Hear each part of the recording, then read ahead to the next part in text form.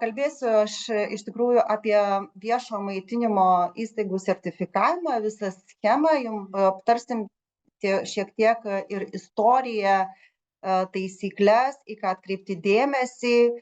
Tai tikiuosi, kad jūs po šio seminaro tikrai drąsiau jau galėsite kreiptis dėl sertifikavimo, lengva bus pateikti dokumentus ir toliau vykdyti tą veiklą. Taigi, nuo kuo paremtos yra sertifikavimas, tai yra išleistos ekologiško viešo maitinimo įstaigų sertifikavimo taisyklės.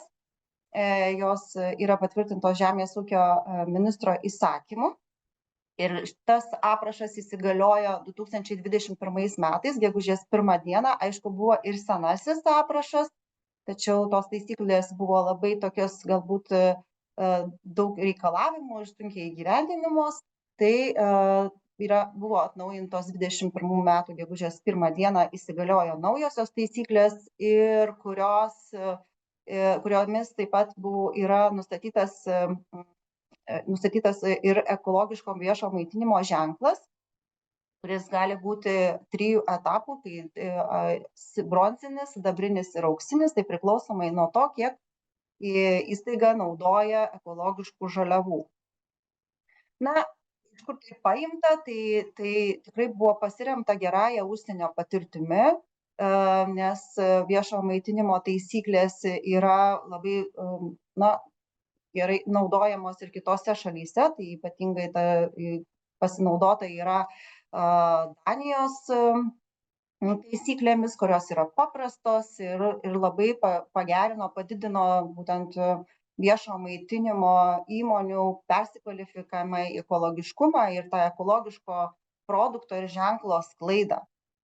Tai iš tikrųjų per 10 metų drastiškai padidėjo sertifikuotų viešojo maitinimo įmonių skaičius Danijoje, tai tokiu pačiu geruoju pavyzdžiu pasiekė ir Lietuva ir tokias panašias taisyklės patvirtino ministro įsakymu. Ką tai davė toj pačioje Danijoje? Tai davė, kad iš tikrųjų žmonės labiau pažinojo ekologišką produktą, pažinojo jo ženklą, tai ES ekologinės gamybos logotipą. Taip pat padidėjo labai ir perkamumas, to ekologiško produkto naudojimas. Vartotojai bent jau kartą per savaitę rinkosi ekologišką produktą ir tai sudarė 50% apklaustųjų.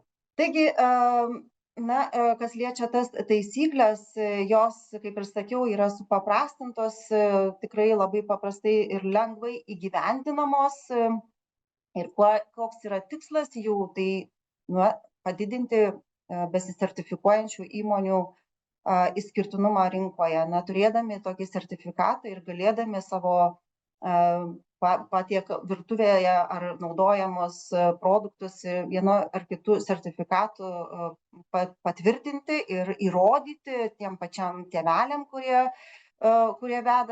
pasirinko jūsų darželį, tarkim, įrodyti, kad jūsų įmonėje tikrai jūs vaikus maitinate ekologiškų produktų ir kad sudaro tam tikrą procentą ekologiški produktai. Kitas momentas, kad tuo mes skatintume pažinti ir vartoti daugiau ekologiškus produktus. Taip būtumėm, kaip ir sakiau pačioje pradžioje, kad prisidėtumėm prie aplinkos tausojimo, per sveiką, neužterštą aplinką galėtumėm maitintis sveikais ir neužterštais produktais ar neekologiškais produktais. Taip pat tai skatintų, atsirastų poreikis žaliavų įvairovės ir skatintų ūkininkus auginti ir pateikti platesnį asortimentą žaliavų viešo maitinimo sektoriui. Taigi, tokie yra šių taisyklių tikslai. Ir kaip ir minėjau, kad jos yra tikrai nesudėtingos, lengva administruoti, ne tik tai jas įgyvendinti. ir tai yra esminis palengvinimas visoms šalims, visiems dalyviams. Ir kokie yra pagrindiniai reikalavimai ir kuo jos paremtos, tai yra paremtos ekologiškumo procentu, kuris yra išreikštas ekologiškų žaliavų procentiniu kiekiu nuo bendro visų įsigyjamų žaliavų kiekio. Tai skaičiuojama, kiek yra naudojama ekologiškų žaliavų virtuvėje, ar ne? Tai nereiškia, kad jeigu jų yra patiekalas, kad jame bus tarkim, nuo 30 iki 60% ten tų ekologiškų žaliavų, bet čia imamas visų žaliavų kiekis. Taigi, pagal šį procentą įmonėms yra suteikiamas viešojo maitinimo standarto logotipas, tai tam tikras ženklas, kaip ir minėjau, auksinis, sidabrinis arba bronzinis. Tai jeigu auksinis, vadinasi, įmonėje naudojama yra nuo 90 iki 100% ekologiškų žaliavų, jeigu sidabrinis, tai nuo 60 iki 90% ir bronzinis nuo 30 iki 60 ekologiškų žaliavų nuo viso bendro žaliavų kiekio. Na ir žinoma, visos, kurios viešojo maitinimo įmonės turi bent 30% ekologiškų žaliavų, gali gauti to sertifikatą, sertifikuodama viešą maitinimą ir to būti išskirtiniai rinkoje. Nagi, aišku, jis buvo šiek tiek ir patobulintas, pakeistas viešo maitinimo įsakymas, tos taisyklės. Esminis tai pakeitimas buvo tik tai dėl to, kad pasikeitė ekologinės gamybos reglamentas ir pakeisti yra tiesiog reglamento pats numeris, taip pat kontrolės institucijos sąvoka šiek tiek pasikeitė ir anksčiau buvo išduodami patvirtinamieji dokumentai, dabar jau pakeitė tai sertifikatas ir tiesiog tai kelios sąvokos, kurios yra visiškai nereikšmingos, jeigu žiūrint pagal taisyklės ar nereikalavimus viešosioms įmonėms. Taigi, kaip skaičiuojamas ekologiškumo procentas, jeigu grįžtant prie tų pačių reikalavimų ir taisyklių, tai ekologiškumo procentas, jisai gali būti skaičiuojamas, ta procentinė dalis arba su eurais, ar ne, suma, tarkim, su PVM, arba tiesiog išreikštas gali būti produkto mase, tarkim, neto, tai bus kilogramais, ar ne.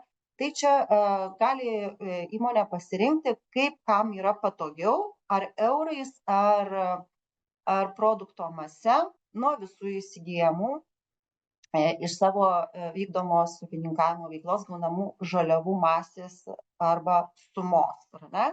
Tai šitoje vietoje turbūt yra aišku, čia jau kaip pasirenkate. Žinoma, galbūt mase yra sudėtingiau, kadangi vienus produktus gaunate kilogramais, kitus vienetais, ar ne, tai perskaičiuojamas. Taip, dauguma naudojasi būtent išraiška eurais. Tai yra paprasčiau.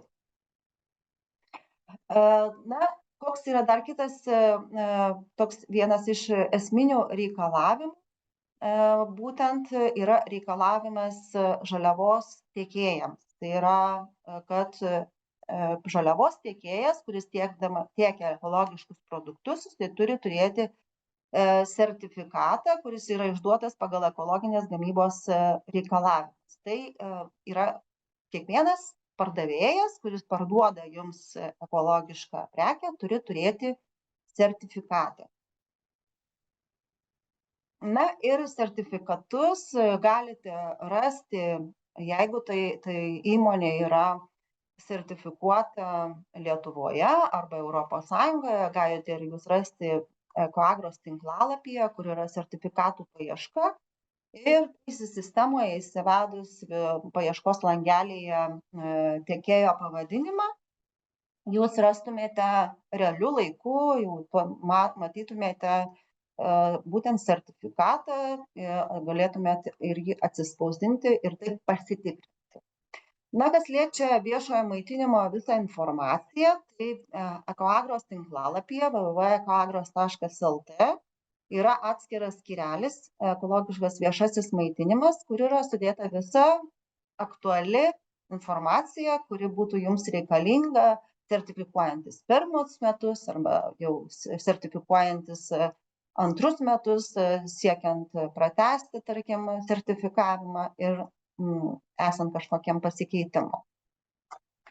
Na, kokie reikalingi dokumentai, norint sertifikuotis, tai taip turi būti pateiktas prašymas, nes sertifikavimas yra savanoriškas ar ne. Ir prašymas yra, kaip ir sakiau, rasite jūs Ekoagros tinklalapyje. Ir prašyme yra nurodymas tik tai pagrindiniai rekvizitai įmonės ir jį reikia pasirašyti originaliu parašu arba elektroniniu parašu. Žinoma, jeigu elektroniniu parašu pasirašytumėte, tai tada galima dokumentus siūsti sertifikavimo įstaigai elektroniniu paštu. Na, o jeigu originalūs dokumentai, tai tuomet reikalinga jau siūsti paštu. Bet dabar, kiek iš tikrųjų dažniausiai gauname dokumentus elektroniniu paštu, tai yra tiesiog patogesnis ir greitesnis kelias. Kitas dokumentas tai yra deklaracija, kurioje yra ne tik tai nurodomi rekvizitai, bet reikalinga nurodyti, ar jūsų įmonė yra kaip ir, kuri turi ir virtuvę, ir ruošia patiekalus, nes gali būti taip, kad, tarkim, darželis virtuvės neturi, gauna iš kažkokios tai ruošiančiosios įmonės patiekalus, bet tik tai pateikia vaikams maitinimą, tai tokiu atveju jau reikalingų nurodyti ir kokia yra, iš kokios įmonės jūs gaunate paruoštus patiekalus. Ir žinoma, ta įmonė, kuri tiekia jums gautus patiekalus, kuriuos gal jūs turite tik tai pašildyti arba iš karto tiekti jau ant stalo, tai tokiu atveju jums reikia irgi, kad ruošiančioji įmonė turėtų sertifikatą. Na, dėl deklaracijoje taip pat prie deklaracijos turi būti pridėtas ir laisvos formos aprašas, kur turėtų būti nurodyta, kokiu bus imtasi priemonių, kad užtikrinsite taisyklių reikalavimus, ar ne? Na, galbūt jūs turėsite kažkokias tai taisyklės pasirašę, kad arba kažkokią atmintinę darbuotojam, kad turi patikrinti sertifikatą. Tai šitą apie detalius dalykus pakalbėsiu ir paaiškinsiu kitose skaidrėse. Bet, na, tą tokį apsirašymą galite, ta prasme, reikės pateikti ir gali būti kaip ir priedas prie deklaracijos, kaip ir minėjau, jūsų galbūt kažkokių taisyklių ar instrukcijų dokumentas. Ir taip pat kokių korekcinių veiksmų bus imtasi, jeigu suteikto ekologiškumo ženklo procentuotės nebus laikomasi. Na, tarkim, jūs pastebėjote, kad jau jūsų procentuotė praeito ketvirčio tikrai mažesnė negu jūsų sertifikate, tai tokiu atveju turite pranešti Ekoagros apie pasikeitimą, ar ne, ir pateikti tą procentuotės skaičiavimą. Taip pat reikalinga pateikti sertifikatų kopijas ir nurodyti, kokias ekologiškas žaliavas ketinate naudoti. Tai čia tokie vieni iš esminių dokumentų, kuriuos jūs turite pateikti. Ir žinoma, kas turi būti, taip pat, kad įmonė, viešo maitinimo įmonė turi turėti Maisto ir veterinarijos tarnybos išduotą pažymėjimą, kuris suteikia teisę viešo maitinimo veiklą užsiimti. Na, tai jau čia bendrieji reikalavimai, tai jau privalomai, o ekologinės gamybos reikalavimai, tai ekologiško viešo maitinimo reikalavimai, tai yra labai paprasti. Kas liečia deklaraciją, tai išskyriau čia tokius 2 punktus iš deklaracijos, kur, pavyzdžiui, 10 punkte yra nurodyta, prašoma nurodyti, kokias yra naudojamos žaliavos. Kaip ir minėjau, reikalinga nurodyti, kad koks, tarkim, ekologiškas pienas, ar ne, tiekėjo pavadinimas, tarkim, Žemaitijos pienas, ar ne, ir nurodyti ekologiškumą patvirtinančio dokumento numerį, vadinasi, sertifikato numerį. Pačio sertifikato kaip ir nereikia, jeigu yra tai Lietuvos įmonė, ar ne, ir turi Ekoagros išduotą sertifikatą, bet jeigu, tarkim, jūsų tiekėjas būtų Lenkijos įmonė, ar ne, tada reikalinga pridėti tiekėjo sertifikatą. Toliau, kas liečia žaliavų priėmimą, dar vienas yra toks punktas, prie punkto yra nurodyta ir taisyklių, kuris punktas, būtent reikalavimas, ar ne, pavyzdžiui, apie žaliavų priėmimą kalba taisyklių 13 ir 14 punktas. Tai jau tai yra nurodyta, iš kur yra tai paimta tas prašymas pateikti informaciją.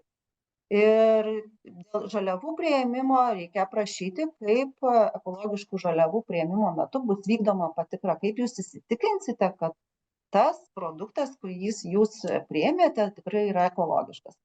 Na, tai visų pirma, kad, pavyzdžiui, patikrinamas yra tiekėjo sertifikatas ir patikrinamas žaliavos statusas, įvertinant ženklimo etiketę ir, tarkim, sąskaitą, ar ne? Na, galite ir pridėti priedą, jeigu pas jumis įmonėje nustatyta kažkaip kitaip. Kas liečia ekologinės gamybos sertifikatą, tai jie visi yra išduodami vadovaujantis ekologinės gamybos reglamentu 2018 metų 848, ar ne? Ir jis atrodo, štai jo pavyzdys yra štai toks. Ir jis išduodamas yra visiems platintojams, kurie gali platinti ekologišką produktą. Į ką reikėtų atkreipti dėmesį sertifikate, ar ne? Tai visų pirma, tai pardavėjo pavadinimas. Pardavėjo pavadinimas bus 1.3 langelyje, nurodytas būtent pavadinimas jo, aišku, vadinasi, sąskaitoje turi būti tas pats pardavėjas ir įvardintas, ar ne? Toliau sertifikuojamos veiklos, kokią veiklą jisai atlieka, vadinasi, jeigu jisai bus tik tai platintojas ir sandėliavimo veiklą vykdo, tai negamina, žinoma, to produkto.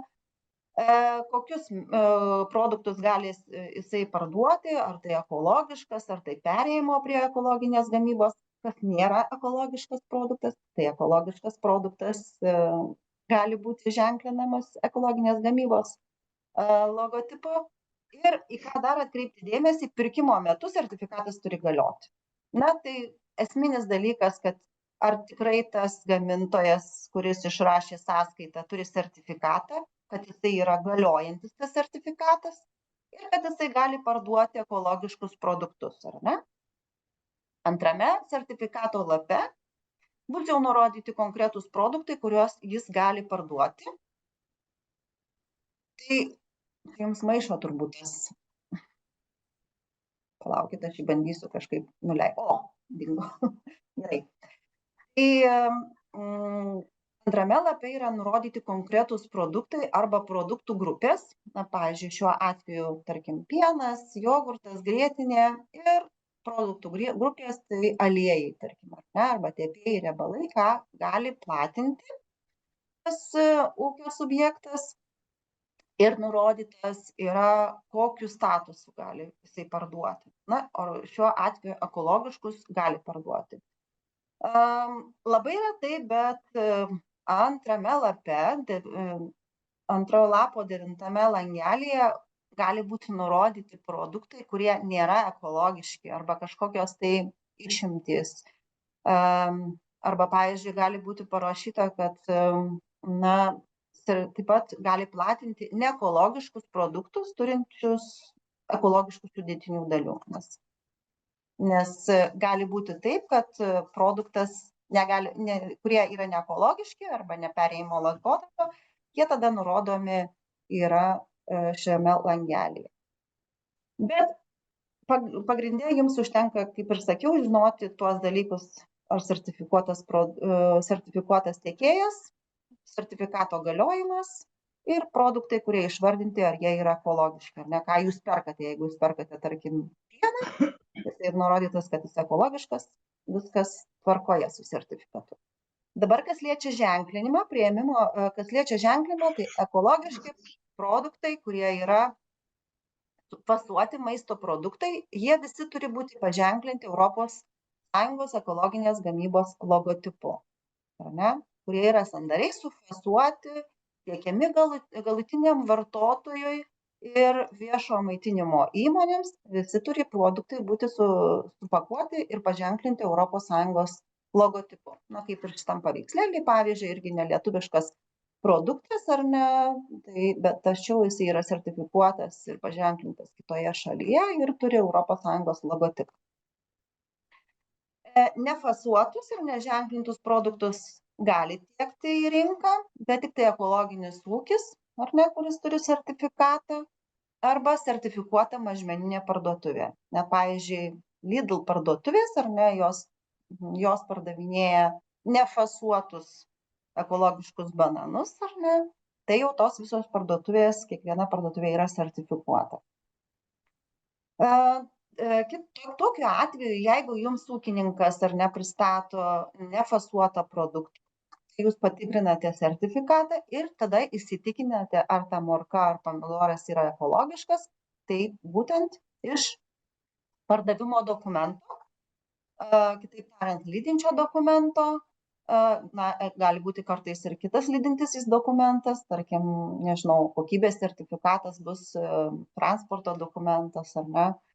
Na, tai jūs turite įsitikinti būtent, kas parašyta dokumente, ar parašyta tikrai, kad tai yra morka ekologiška, tai jau čia tą atsakomybę prisiima pats ūkininkas. Na, ir sertifikate, kad tikrai ūkininkas gali pardavinėti tas morkas kaip ekologiškas ir tas sertifikatas yra galiojimas. Tai dėl ženklinimo tiek. Kas liečia kitus dokumentus, kuris yra svarbus, tai yra praėjusio ketvirčio ekologiškumo procento apskaičiavimas, ar ne?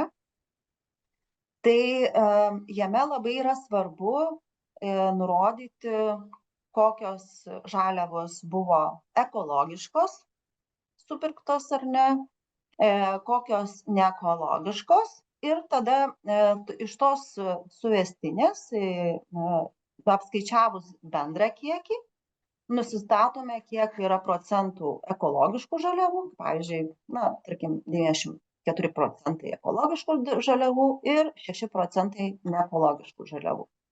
Tos lentelės, kurios yra tiekiamos nacionaliniai mokėjimo agentūrai, ar ne, būtent patirtų išlaidų finansavimui, kurios yra tinkamos, tai tokia informacija tinka, siūsti galite Excelinio formato, čia pasirašinėti to dokumento arba PDF-o siūsti nereikia, tiesiog tą pačią Excelinę lentelę pridėti pakanka. Į ką reikėtų atkreipti dėmesį, kad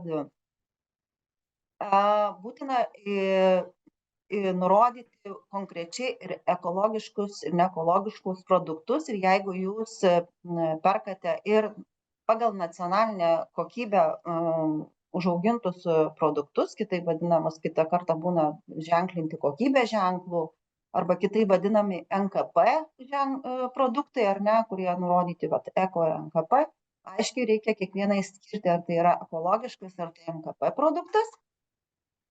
Ir kas yra svarbu, skaičiuojant būtent procentuotę, NKP produktai turi būti priskaičiuojami prie neekologiškų produktų, nes pagal nacionalinę kokybę pagaminti produktai, jie nėra ekologiški. Tai yra kita kokybės sistema, bet tikrai jie nėra ekologiški, todėl jų priskirti prie ekologiškų nereikia ir tai būna viena iš dažnesnių klaidų, kur būna pateikiant skaičiavimus priskiriami prie ekologiškų žaliavų ir NKP produktai.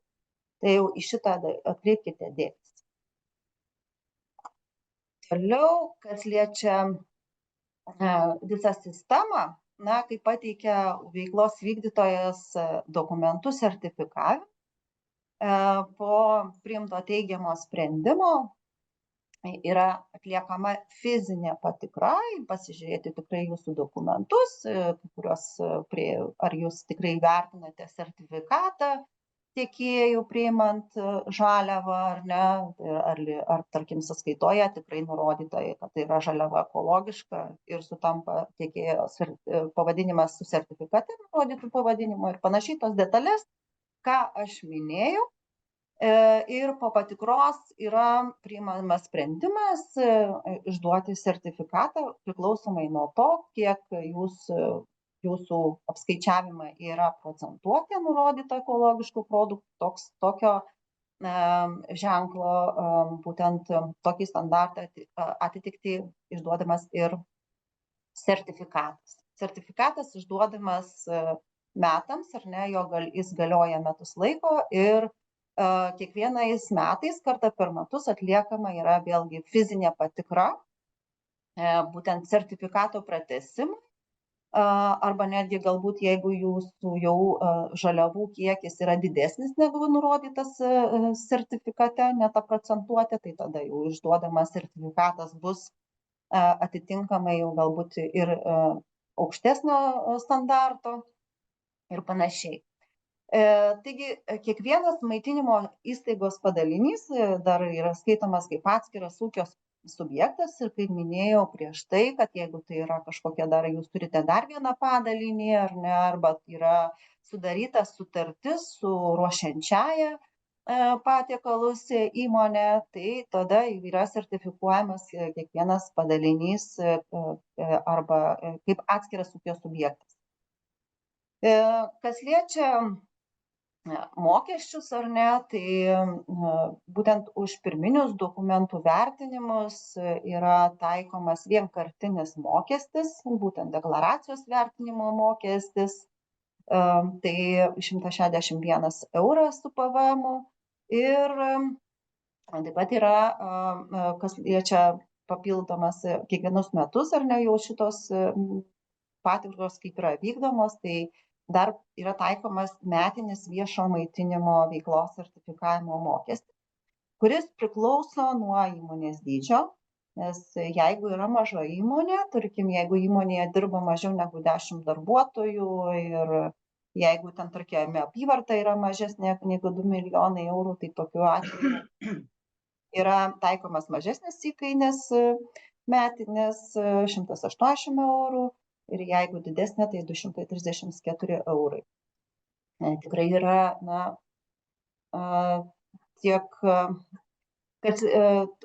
tokios sąlygos, kas gali būti, jeigu yra nustatomi netitikimai, tai yra kažkokie tai taisyklių reikalavimo pažeidimai, tai tokiais atvejais gali būti, kad jeigu nustatoma, jog kažkokie netitikimai gali būti ekologiškumo ženklas mažinamas, ar ne? Bet taip pat tai turi būti jau tada grubus kažkoks pažeidimas, o jeigu tik tai nustatoma, tarkim, jeigu kad apskaičiuotas tas procentuotė ekologiško produkto siekia mažiau negu 30%, tai tokiu atveju yra stabdomas sertifikatas, nes mažesnės čia yra jau riba 30%. Ir per metus, jeigu nustačius 2 piktnaudžiavimo atvejus, kaip sertifikatas arba ekologiškumo ženklas naudojamas klaidinančiu būdu, sertifikatas naikinamas be teisės teikti prašymą naujam sertifikavimui 12 mėnesių. Tai jau čia yra tokie jau sukčiavimo atvejai, kur jau tikrai būtų tai daroma siekiant savo finansinės naudos ir panašiai. Tai čia tokie atvejai labai tikėkime, kad jų visiškai nebus, ar ne? Kas liečia, galima pasidžiaugti dėl pirmųjų sertifikatų. Pirmasis sertifikatas buvo išduotas 21 metais, buvo sertifikuotas pirmasis darželis ir jam puikiai sekėsi išpildyti nuo 60 iki 90%, gauti ekologiškumo ženklą. ir geri yra atsiliepimai, kad vaikai noriai ragauja ekologišką maistą ir taip skleidžia ekologiško maisto žinią. Ir tikimės, kad per juos bus ir tas paskatintas vartojimas ir per juos bus tausojama aplinka.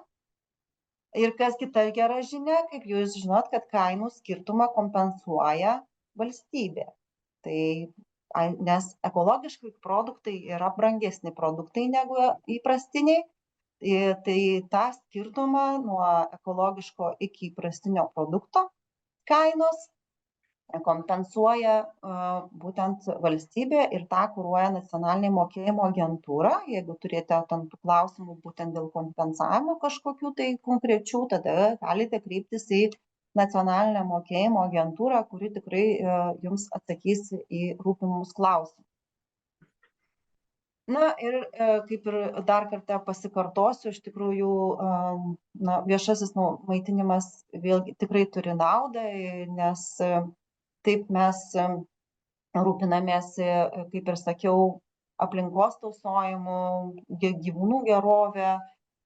Ir tikrai nemažai vartotojų renkasi, būtent atsižvelgdami į šituos kriterijus, renkasi ekologišką produktą. Tai jeigu renkasi ekologišką produktą, tada ieško ir viešo maitinimo įmonės, būtent ekologiškos, nes tai yra naudinga ne tik tai aplinkai, bet naudinga ir žmogui, o čia mes jau kalbame apie vaikus, tai yra dar didesnė mūsų atsakomybė būtent rinktis patį geriausią. Ir žinoma, tada tas būtent sertifikatas, tai ir suteiktas sertifikatas, jis suteikia pasitikėjimą, ar ne, taip pat vartotojų pasitikėjimą, tėvelių pasitikėjimą tuo ekologišku terminu. Ir taip gaunasi tas išskirtinumas rinkoje, būtent sertifikatas duoda to tikrumo, kad ekologinės taisyklės yra jų laikomasi ir taip yra užtikrina sąžiningą ir konkurenciją visiems veiklos vykdytojams. Tai iš tikrųjų tiek, kiek aš norėjau šiandieną jums papasakoti. Ačiū labai už jūsų dėmesį. Gal dabar kažkokių turite klausimų? Kur tas dingo? Ar turite klausimų? Aš norėjau paklausti, ar tarkim yra žinoma, kiek Lietuvoje yra sertifikuotų švietimo įstaigų? Jūs čia paminėjot vieną ikimokyklinio ugdymo įstaigą, gal ir žinot, kiek daugiau jų yra. Ir dar norėčiau paklausti, tarkim, siekiant sertifikuoti įstaigą ekologiško viešo maitinimo, gauti šitą sertifikatą, tai už kurį laikotarpį bus vertinama, už einamą laikotarpį ar už praėjusių metų laikotarpį? Ir kaip tas ataskaitas teikti, tarkim, reikėtų? Jeigu aš teisingai supratau, tai jūs klausite apie procentuotę, būtent jeigu jau jūs turite sertifikatą, ar ne? Ar tik tai naujai? Ne, pirmą kartą siekiant įgyti. Jeigu pirmą kartą siekiat įgyti, tai už praeito ketvirčio turite pateikti būtent skaičiavimą praeito ketvirčio. Ne visų metų, bet praeito ketvirčio. Tai paskutinių 3 mėnesių. Pateikti būtent skaičiavimą, kokia yra procentuotė.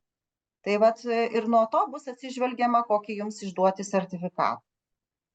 Bet žiūrėkit, bet daugumą įstaigų, pavyzdžiui, Šiaulių mieste mes tokie visus metus, mažai kur įstaigų yra, kad visus metus maitina ekologiškais maisto produktais. Pavyzdžiui, dalyvavome tam projekte ir maisto produktus ekologiškus tiekiam maisto gamybai, reiškia, perkam ribotą laiką.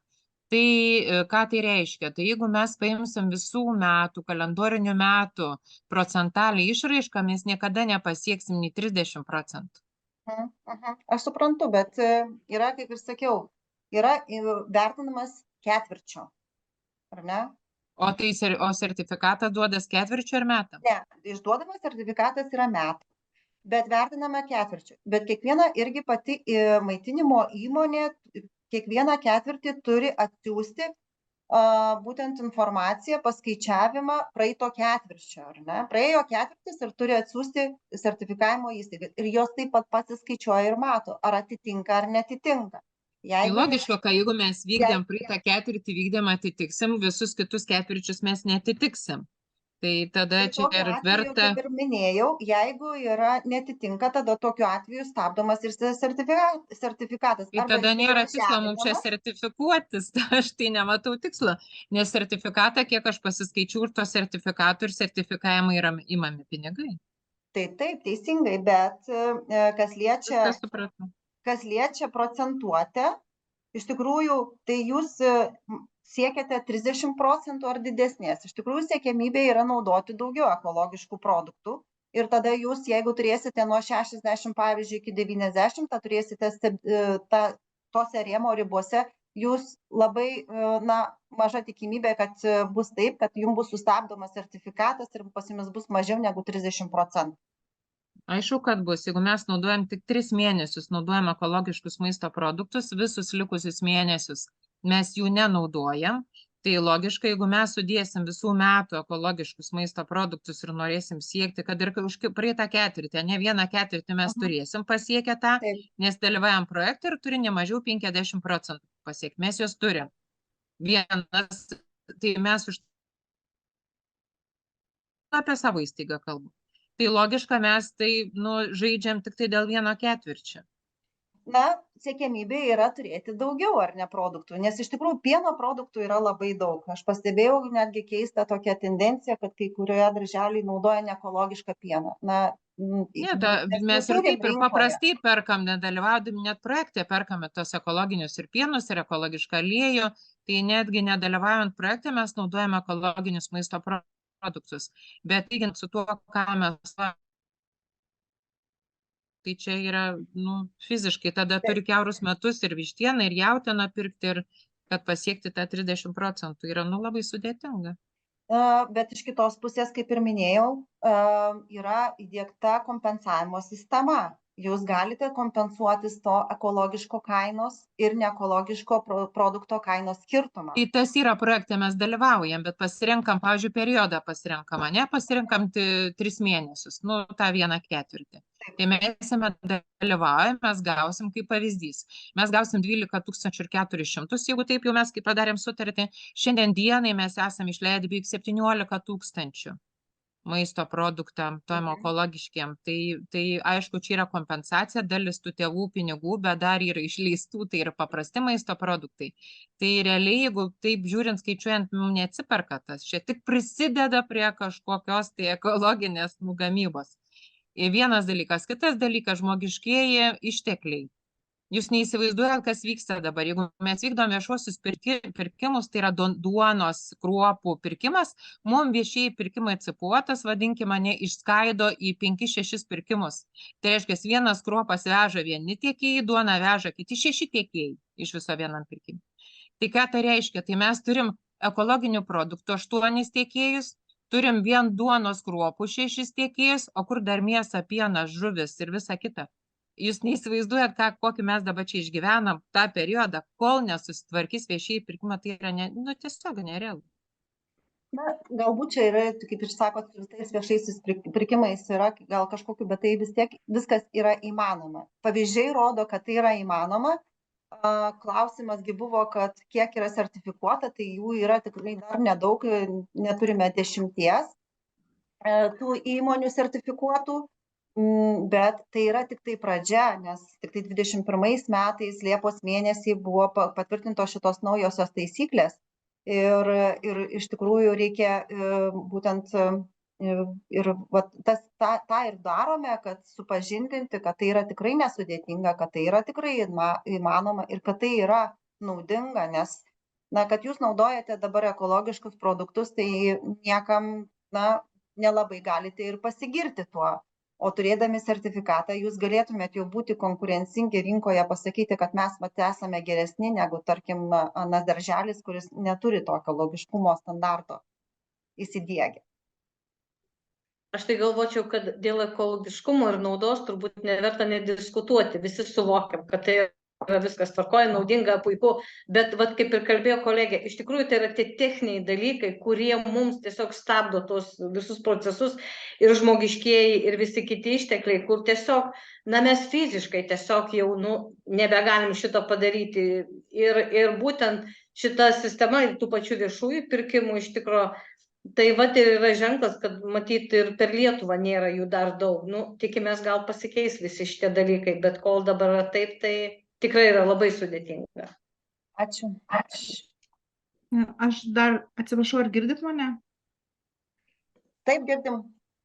Jolita Prokopjeva, taip pat iš Ekoagros, esu plėtros vadovė ir kamera neveikia, negaliu įsijungti, bet norėjau pasakyti, kad kaip tik dalyvauja mes kaip įmonė, kaip viešoji įstaiga Ekoagros CPO organizuojamuose susirinkimuose apie proceso patobulinimą ir kad tie pokyčiai tikrai bus. Artimiausių metų jau nuo naujų metų juos planuoja. Taip pat iš vieno iš seminarų, kuriame pasisakė Nama, aš irgi turiu žinutę, kad aplikuojant kompensacijai kainų skirtumų ekologinių produktų visada rekomenduoja prašyti pinigų metams. Taip matys, koks yra realus poreikis, tų pinigų visada užteks. Ir jeigu, sakysime, ten susirinks ženkliai didesnis poreikis negu skirta pinigų, tai bus kaip ir pagrindas padidinti finansavimą. Tai tikrai labai skatinu dalyvauti, skatinu aplikuoti metams į tą kompensaciją ir tikiuosi, kad mažai žingsneliais pajudėsim. Ir ačiū labai tom, kurios pasisako, nes tai opu ir skauda ir labai tikiuosi, kad kas nepasisako, tai tyliai galvoja, kaip čia viską padaryti.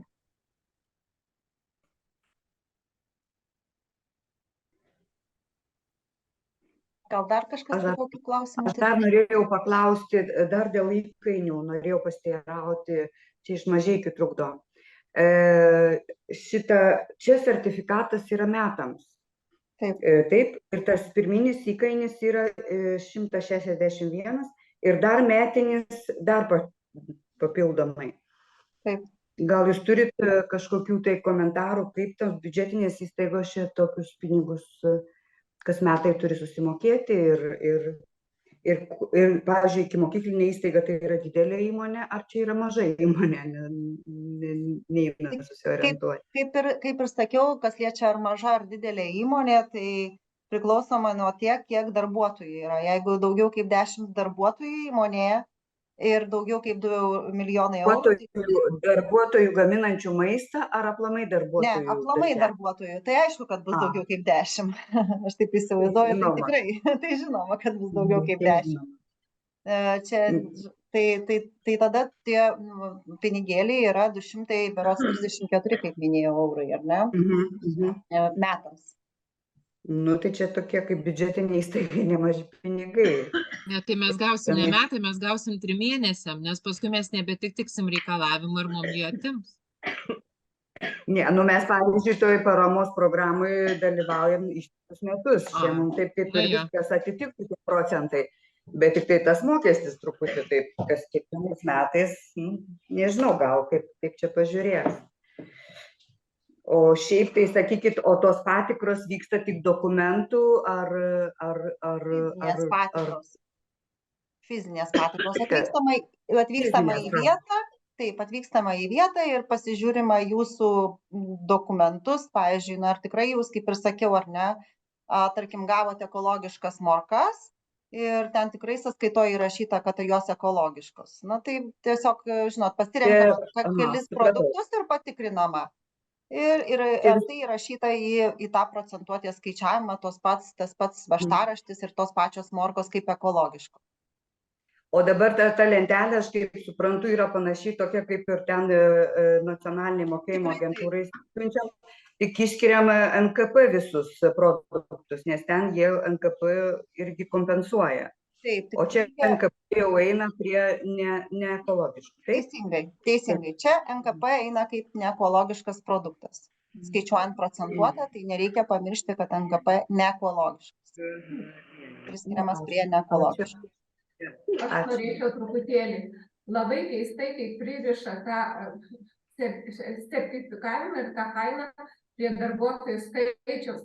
Kai tuo laikotarpiu, kai maitinam vaikus ekologišku maistu, darbuotojai aplamai negali valgyti, nes nėra sugalvota, kaip paskaičiuoti. Ir įsivaizduokit, žmogus dirba 10,5 valandos. Čia Roma tik Šiauliuose neleidžia valgyti, atsiprašau. Bet mes tai nėra sugalvota, kaip ten padėti. Žinokit, sertifikavimo įkainius tvirtina Žemės ūkio ministerija. Čia tikrai ne viešoji įstaiga Ekoagros juos sugalvojo, o ministro įsakymu yra patvirtinti įkainiai. Ir tokia yra nustatyta būtent skirtumas, maža ar didelė. Tai tokie, tik tai taip galiu pakomentuoti. Na, gal dar kažkas klausimų turite?